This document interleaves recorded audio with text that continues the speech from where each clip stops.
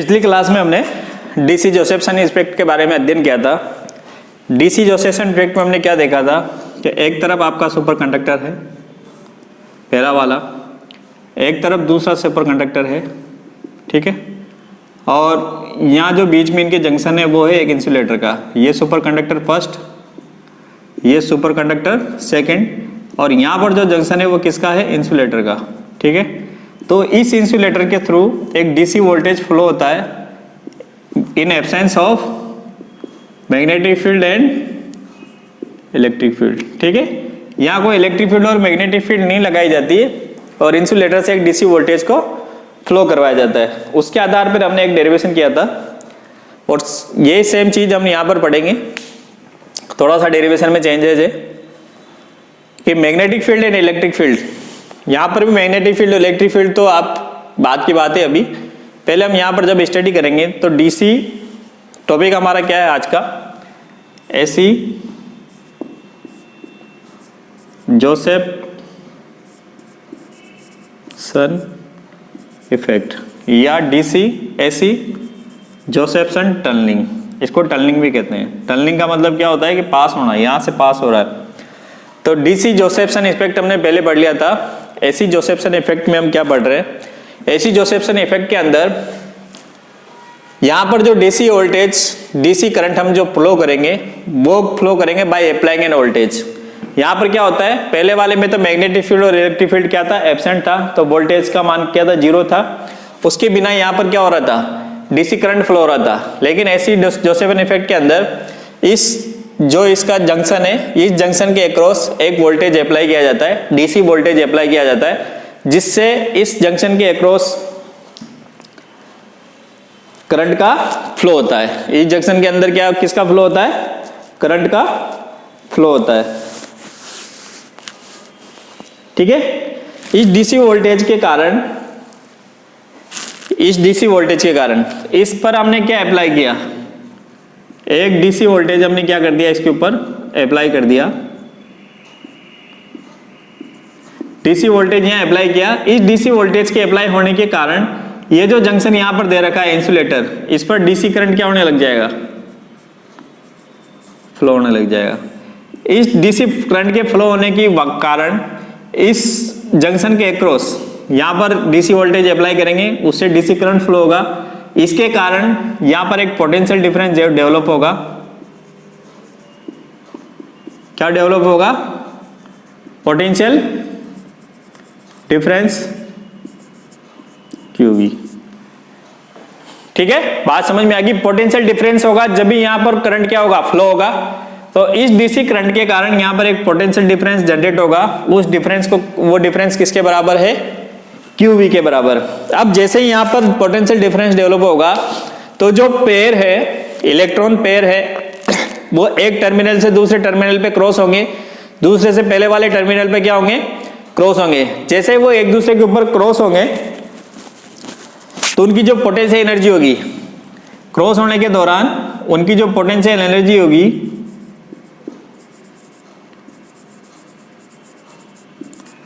वो एक टर्मिनल पे होगी -EV और एक टर्मिनल पे क्या होगी, एक पेयर के लिए तो क्या हो जाएगी -EV और एक पेयर के लिए क्या हो जाएगी +EV। या हम कह सकते हैं एक साइड जो पोटेंशियल एनर्जी होगी पेयर की वो -EV होगी और एक साइड जो पोटेंशियल एनर्जी होगी पेयर की, वो पेयर की पोटेंशियल एनर्जी क्या होगी, +EV। तो हमने पहले वाले जो डेरिवेशन था उसके आधार पे हम इसको डिस्कस करेंगे। ये तो एक सिंपल सा इसका डिस्कशन हो गया, इसको एक बार फिर हम देख लेते हैं। वहां पर तो हमने क्या कहा था कि मैग्नेटिक फील्ड और इलेक्ट्रिक फील्ड की एब्सेंस के अंदर जो टर्मिनल, जो जंक्शन है, उसके अक्रॉस डीसी करंट फ्लो होता है या डीसी वोल्टेज फ्लो होता है, डीसी करंट फ्लो होता है। लेकिन यहाँ पर डीसी वोल्टेज अप्लाई किया जाता है across the current, across the junction, junction के अक्रॉस क्या किया जाता है, डीसी वोल्टेज को अप्लाई किया जाता है। उसके कारण डीसी करंट जनरेट होता है और वो ये डीसी करंट है वो इन दोनों टर्मिनल पर क्या जनरेट कर देता है, potential difference, that is QV। इस पोटेंशियल डिफरेंस की वजह से एक तरफ की पोटेंशियल एनर्जी अलग होगी और दूसरी तरफ की पोटेंशियल एनर्जी अलग होगी।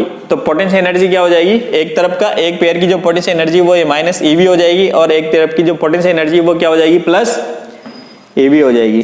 तो हमने पिछली बार जो एसी डीसी वाला पढ़ा था उसमें पढ़ा था कि इसकी वजह से जो वेव फंक्शन का इफेक्ट है psi1 dt equal to by time dependent Schrodinger equation क्या था, h क्रॉस t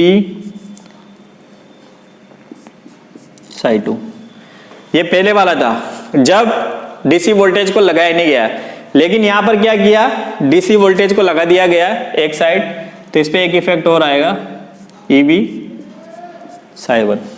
ठीक, ये तो पेयर की वजह से इफेक्ट आ गया वेव फंक्शन के ऊपर, लेकिन यहां पर एक इफेक्ट और आ जाएगा किसका, एक साइड के पेयर का EV psi1 due to potential energy. Similarly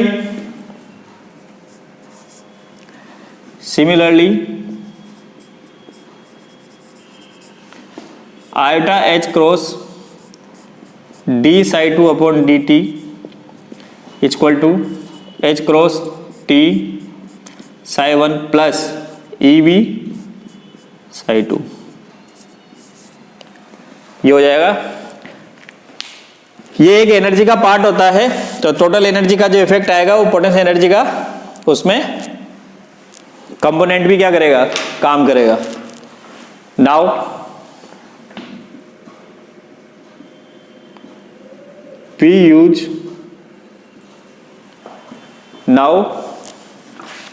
we use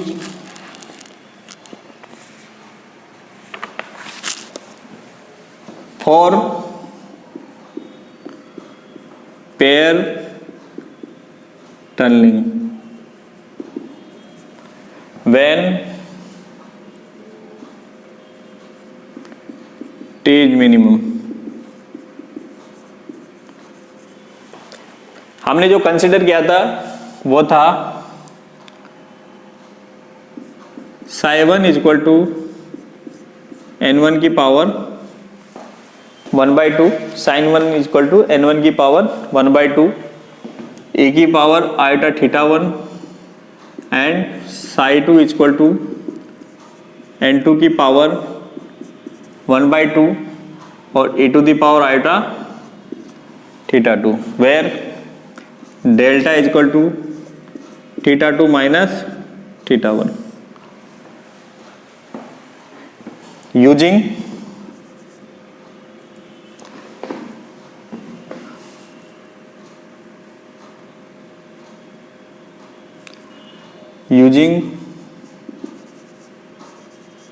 above equation in 1 and multiplying with using above equation in equation 1 and multiplying with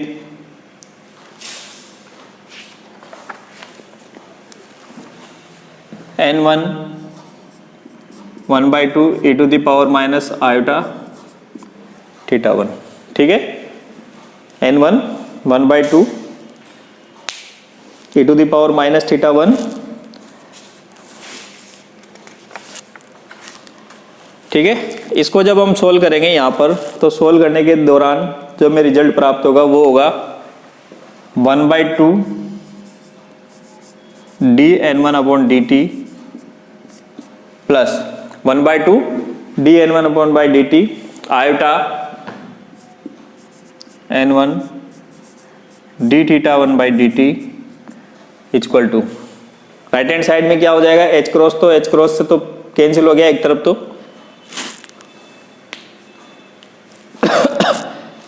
h cross से h क्रॉस तो क्या हो जाएगा,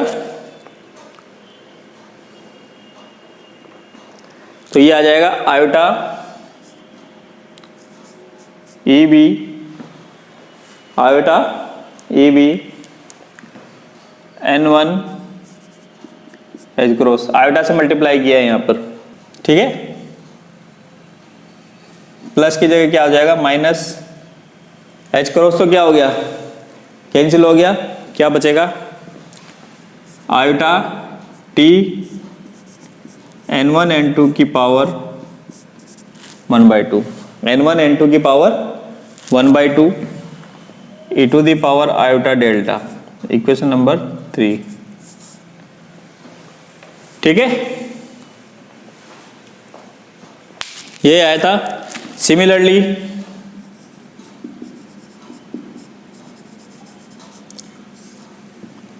one by two dN2/dt plus iota N2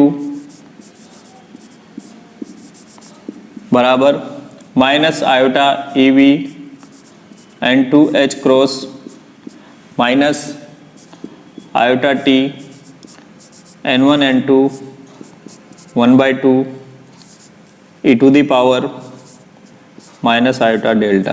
equation number 4।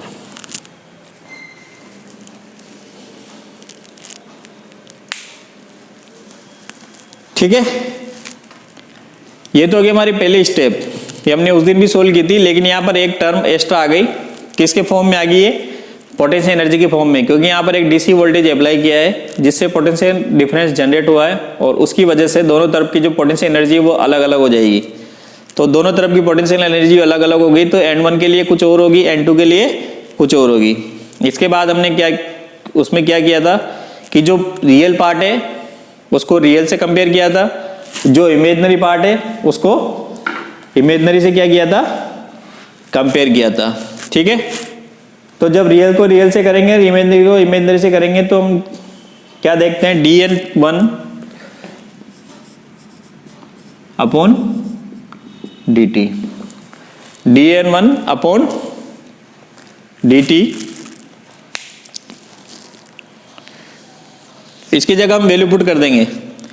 e to the power iota delta की जगह क्या आ जाएगा? Cos delta plus iota sine delta. तो आयोटा से आयोटा कैंसिल हो गया, आयोटा से आयोटा करेंगे तो आयोटा स्क्वायर हो गया, प्लस हो जाएगा। तो दो टर्म यहाँ पर वापस हो गए हमारे पास, एक तो इमेजिनरी होगी एक तो इमेजिनरी टर्म होगी और एक टर्म कौन सी होगी? Real term. तो यहाँ पर हम e की पावर आयोटा डेल्टा को कन्वर्ट कर देंगे कोस delta plus iota sine delta. तो जब हम कोस के साथ करेंगे तो वो तो आयोटा के फॉर्म में आ जाएगा, तो वो इमेजिनरी पार्ट हो गया। और जब साइन वाले को करेंगे तो आयोटा से आयोटा मल्टीप्लाई होगा, आयोटा से आयोटा मल्टीप्लाई होगा, तो आयोटा आयोटा क्या हो जाएगा? आयोटा स्क्वायर, और आयोटा स्क्वायर क्या हो जाएगा? प्लस माइनस, तो माइनस माइनस प्लस, तो क्या हो जाएगा? ये N1 d2 2t N1 N2 1/2 sine delta, 1/2 sine delta. ठीक है, सिमिलरली dN2/dt, सिमिलरली dN2/dt के लिए क्या हो जाएगा? यहां पर जब हम वैल्यू पुट करेंगे तो कोस delta minus iota sine delta होगा, तो माइनस माइनस तो ऑलरेडी प्लस हो गया, तो यहां क्या आ जाएगा? Minus 2t N1 N2 1/2 sine delta, 2t N1 N2 1/2 sine delta. Equation number 5 हो गई। क्लियर? अब आता है हमारे पास इमेजिनरी पार्ट का नंबर। किसकी बात कर रहे हैं अब हम? इमेजिनरी पार्ट की। तो इमेजिनरी पार्ट की जब हम बात करेंगे तो ये हो गया dθ1 और dt। ठीक है, N1 से N1 तो क्या हो गया? कैंसिल हो जाएगा दोनों के अंदर, और आयोटा कैंसिल, तो क्या हो गया? dθ1 dt। तो यहां क्या बचेगा? EV/h क्रॉस, क्या बच जाएगा? EV/h क्रॉस, और माइनस आयोटा तो बाहर निकल गया, t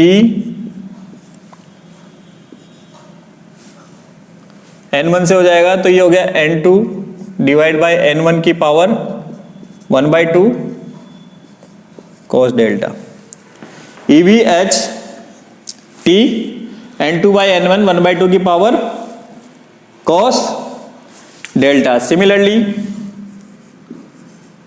dθ2/dt क्या हो जाएगा?